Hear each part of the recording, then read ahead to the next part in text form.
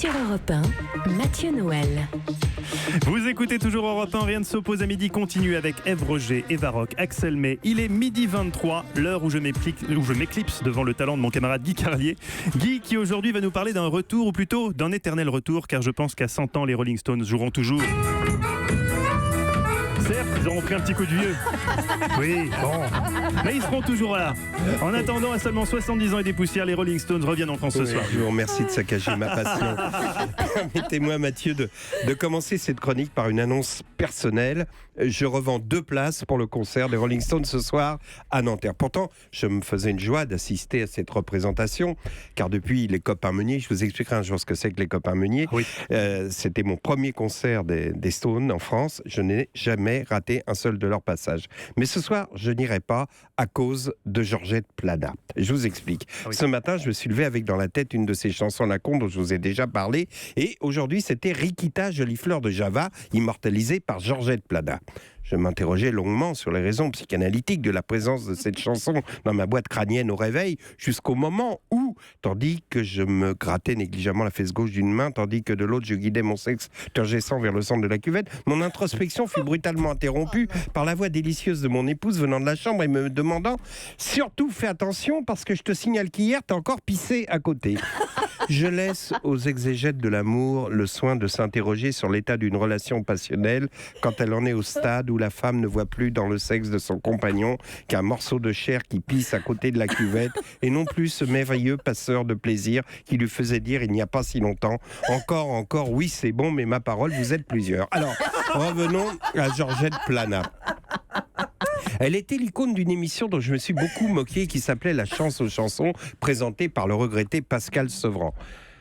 Non, à la réflexion, le type n'est pas spécialement regretté. Il est antipathique, odieux et méprisant. Mais enfin, quoi qu'il en soit, il présentait dans son émission de vieilles chanteuses dont on devinait qu'elle lui rappelait sa jeunesse. Georgette Plana venait donc régulièrement chanter Rikita, jolie fleur de Java. Et dans un rituel immuable, au moment du dernier accord de la chanson, elle lançait sa jambe à l'horizontale dans un mouvement destiné à montrer que malgré son âge avancé, l'aïeul assurait encore. Le résultat est évidemment pathétique. Je ne suis pas prêt d'oublier l'image terrifiante de ce cuisseau blanchâtre et coupe rosée s'élevant dans les éclairages pastels de l'émission, tandis que Pascal Sevran s'exclamait « Ah ma chère Georgette, quand on pense que vous avez 75 ans, on se dit que la beauté de la femme est éternelle ».